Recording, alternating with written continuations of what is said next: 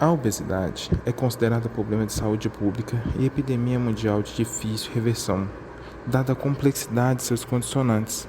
De acordo com a Pesquisa Nacional de Saúde, atualmente, mais da metade dos adultos apresentam excesso de peso, com uma prevalência principalmente no público feminino. Já a obesidade atinge 25,9% da população, alcançando 41,2 milhões de adultos.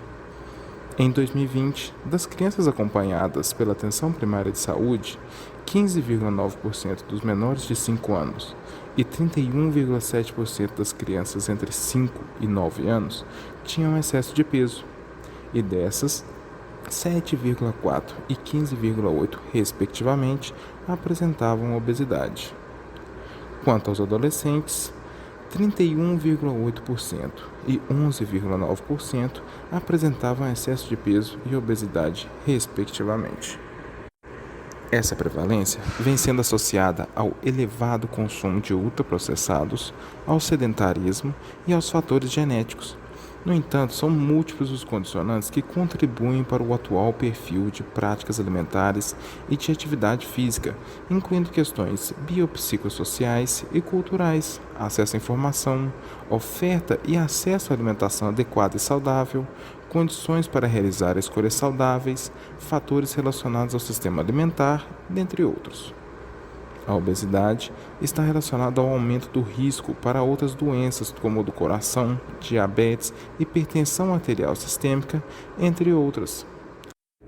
Assim, são necessárias ações estruturantes e políticas públicas que visam a promoção de saúde, implementação de medidas de prevenção do ganho de peso excessivo, diagnóstico precoce e cuidado adequado às pessoas com excesso de peso, bem como o estabelecimento de políticas intersetoriais e outras que promovam ambientes e cidades saudáveis.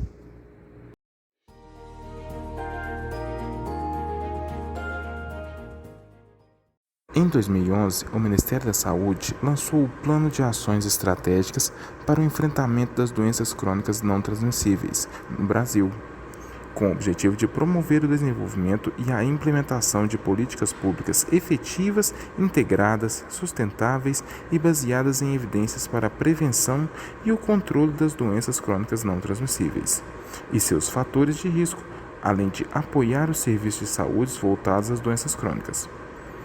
Dessa forma, as metas estabelecidas para o enfrentamento dos fatores de risco da obesidade são de reduzir a prevalência da obesidade em crianças e adolescentes em 2%, deter o crescimento da obesidade em adultos, aumentar a prevalência da prática de atividade física nos tempos livres em 30%, aumentar o consumo recomendado de frutas e de hortaliças em 30%, reduzir o consumo de alimentos ultraprocessados, reduzir em 30% o consumo regular de bebidas adocicadas no Brasil até 2030.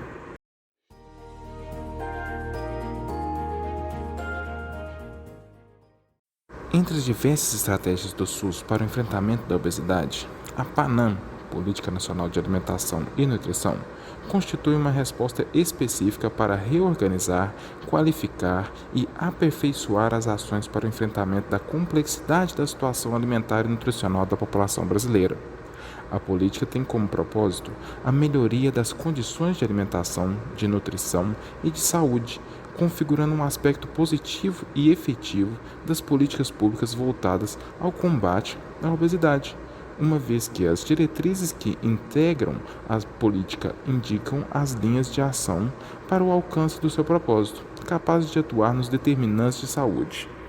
Somado a isso, outras estratégias implementadas por nosso sistema de saúde possuem grande efetividade ao considerarem os ciclos de vida e condições de saúde na elaboração das intervenções, como a norma brasileira para comercialização de alimentos para lactentes e a estratégia Amamenta e Alimenta Brasil, voltada para crianças de 0 a 2 anos. O Programa Nacional de Alimentação Escolar e o Programa de Saúde na Escola, voltado às crianças e adolescentes da Educação Básica, e o Programa Academia de Saúde, Programa de Aquisição de Alimentos e Educação Alimentar e Nutricional, com ações envolvendo todos os ciclos da vida. Entretanto, as políticas públicas e o enfrentamento à obesidade ainda apresentam desafios, As políticas públicas devem atuar nos significados atribuídos e construídos ao longo da história da sociedade sobre a alimentação, o corpo e os processos de adoecimento, com ações que valorizem a participação popular, os hábitos locais, a determinação cultural e social e a obesidade enquanto problema social. As barreiras enfrentadas para a prevenção e controle da obesidade estão presentes nos diferentes níveis de organização. Existem uma dificuldade, inclusive na porta de entrada, em captar as pessoas com obesidade, uma vez que muitos municípios brasileiros ainda não realizam monitoramento da situação alimentar nutricional da população e não possuem estratégias de estímulo à prática de atividade física. Além disso, há a escassez de parcerias com os diversos equipamentos sociais, escolas, igrejas, associações e etc., e de recursos didáticos, audiovisuais, tecnológicos, para a realização de atividades coletivas pelas equipes de saúde. As ações de referência e contra-referência e a efetiva participação de uma equipe multidisciplinar também são fundamentais. Um exemplo é a cirurgia bariátrica, no qual a contra-referência torna-se particularmente importante, pois, geralmente, não há orientações sobre a continuidade do cuidado na atenção básica e na atenção especializada ambulatorial para esses indivíduos, sendo necessário ampliar o acolhimento em rede com profissionais adequados. Finalmente, devemos lembrar que na construção de políticas públicas voltadas à obesidade é fundamental que haja o planejamento participativo, com diagnóstico local e reconhecimento das demandas do território. Os cidadãos, satisfeitos com os serviços que receberão, defenderão um modelo público e aprovarão o financiamento necessário para a manutenção da maior política de inclusão social, que é o nosso Sistema Único de Saúde, orientado pela saúde da família.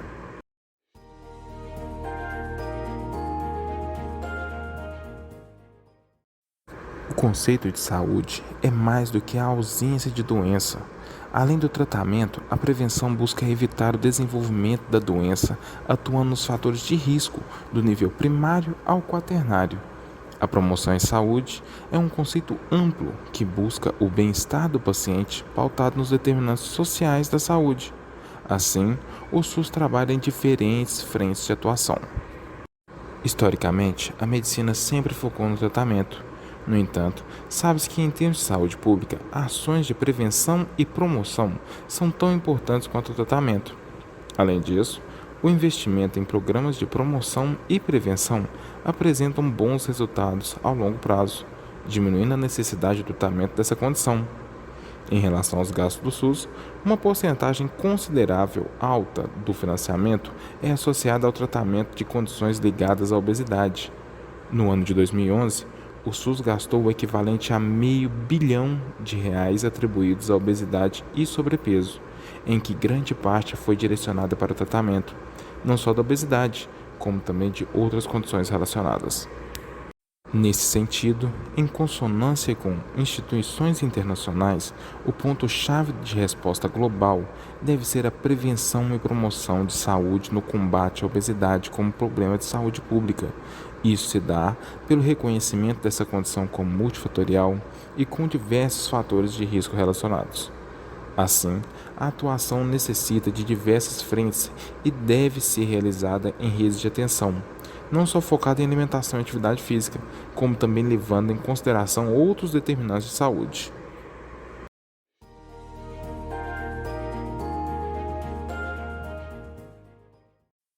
Plano de enfrentamento das doenças crônicas não transmissíveis.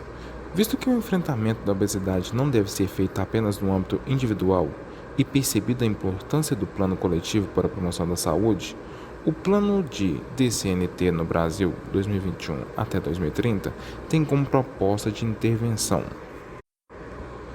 promoção da saúde, subsidiar setores com informações sobre a importância e ganhos para a saúde da população, com a construção de espaços de lazer com estrutura para a prática da atividade física com acesso à água potável, promover articulação para o aumento da quilometragem de ciclovias e ciclofaixas, implementar e disseminar guia para a promoção da atividade física conforme condições de saúde e ciclos da vida e garantia da educação física escolar.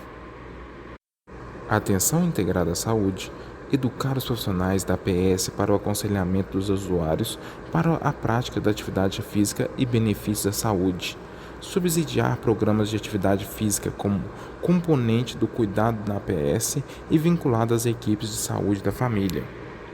Vigilância em saúde, monitorar anualmente a prevalência de atividade física na população adulta brasileira e propor ações para o aumento gradativo. Prevenção de doenças e agravos da saúde, construir subsídios para a implementação de programas de incentivo à atividade física e redução do comportamento sedentário no trabalho nos setores público e privado, realizar campanhas nacionais sobre a prática da atividade física. Relacionadas à alimentação adequada e saudável, temos a promoção de saúde, promoção de ação de alimentação saudável e adequada e implementação de medidas protetivas segundo o Guia Alimentar para a População Brasileira, ou articulação de estratégias para a ampliação da produção, da oferta e do acesso de alimentos in natura e minimamente processados, produzidos de forma saudável e sustentável. Implementar guias para a promoção da alimentação saudável, conforme condições de saúde e ciclos da vida. Fortalecer ações de apoio ao aleitamento materno e alimentação complementar adequada, estendendo a indígenas e outras populações em situação de iniquidade em saúde. Promover subsídios técnicos, científicos e políticos para apoiar a elaboração de medidas regulatórias e fiscais. Desenvolver estratégias voltadas à redução do consumo de sal e açúcar, estimular a produção de alimentos de base orgânico e agroecológicos em ambientes urbanos e rurais. A atenção integral à saúde, elaborar subsídios por meio de protocolos clínicos para intervenção não farmacológica no que se refere ao controle do ganho de peso, ao consumo alimentar, à atividade física na APS. Qualificar o cuidado voltado à criança com obesidade infantil. Na vigilância de saúde, aumentar a cobertura de vigilância alimentar e nutricional da APS, elaborar indicadores para a obesidade, monitorar regularmente os indicadores de alimentação e nutrição. Na prevenção de doenças e agravos da saúde, desenvolver campanhas voltadas à redução do consumo de sal e açúcar adicionados livremente e implementar medidas para prevenção e controle da obesidade infantil na atenção primária à saúde e no âmbito escolar.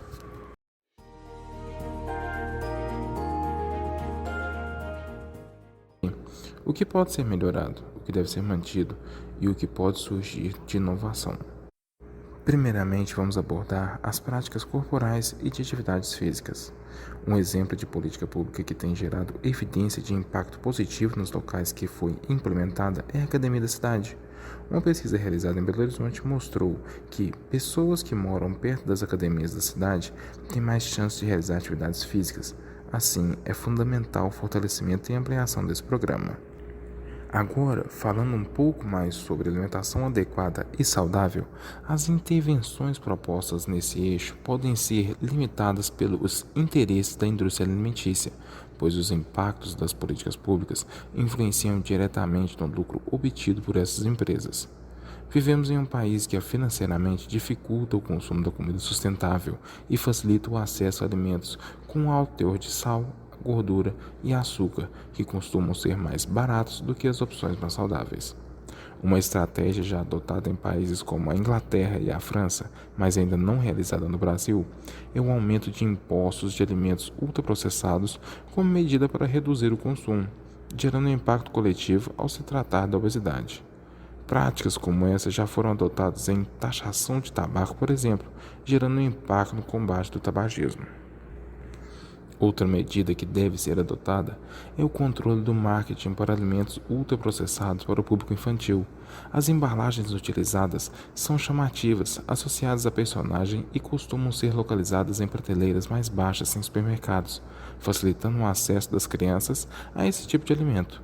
Sendo assim, a implementação de políticas que reduzam esse estímulo ao consumo de alimentos ricos em sal, gordura e açúcar pelo público infantil é uma importante estratégia para o combate à obesidade infantil e, consequentemente, à obesidade da população como um todo.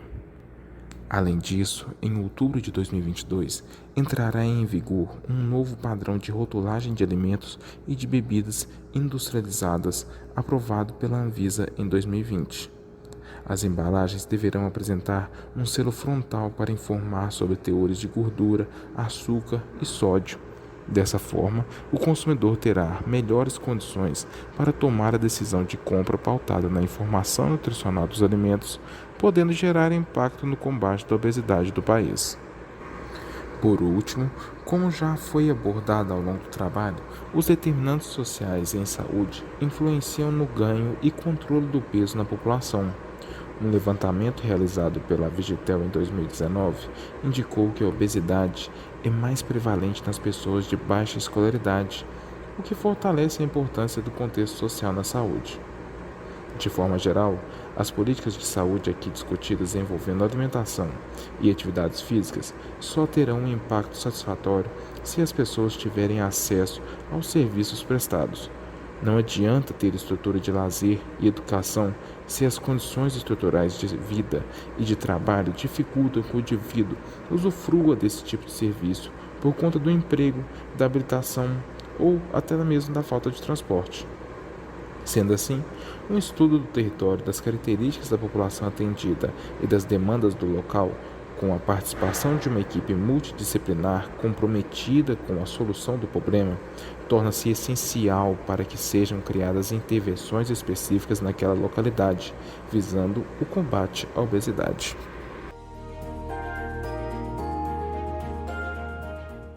Eu também posso ser corpo livre, eu também posso fazer parte de um movimento que busca a aceitação de todos os corpos. Pensa comigo, todos nós temos uma coisa em comum, que é o quê? O corpo. Todo mundo tem um corpo. Tirando a Nazaré, que não tem um corpo de ser humano, e ela é um cachorrinho. Mas a gente que é ser humano, a gente tem o nosso corpo com as nossas insatisfações. A gente sempre vai ter alguma insatisfação. Sabe por quê? Porque a gente vai crescer, a gente vai envelhecer. Meu peito está caindo. Estou ficando flácida. Olha, tô sentindo que eu tenho que botar um botox por causa das rugas. Mesmo que você seja uma pessoa que busca ter um corpo padrão, o seu corpo vai mudar de qualquer forma, a gente não tem como parar o tempo. Então, quando a gente fala de aceitação, a gente não fala de um movimento que visa romantizar a obesidade, falar pra todo mundo ser gordo. Não, é pra todo mundo ser livre, independentemente de como você for. Você pode comer o que você quiser, você pode fazer o exercício que você quiser, você sempre pôde. A diferença é que tudo isso é vendido pra você como uma salvação de que você tem que ser daquela forma pra você ser saudável. E por que você não pode ser uma pessoa que é como eu? É uma pessoa que é gorda, que se exercita, que é saudável, que tem uma alimentação que busca equilíbrios e que tem uma vida que tenta ter hábitos saudáveis. Mas que nós somos seres humanos, a gente também quer curtir, a gente também quer se divertir. Então por isso que todo mundo pode participar, porque todo mundo tem satisfação. 96% das mulheres do mundo estão insatisfeitas com o próprio corpo. 38% das meninas de 4 anos já estão vendo problemas em seus corpos. Todas as doenças da cultura da beleza, da cultura da dieta, os preconceitos que vêm com isso, machucam todos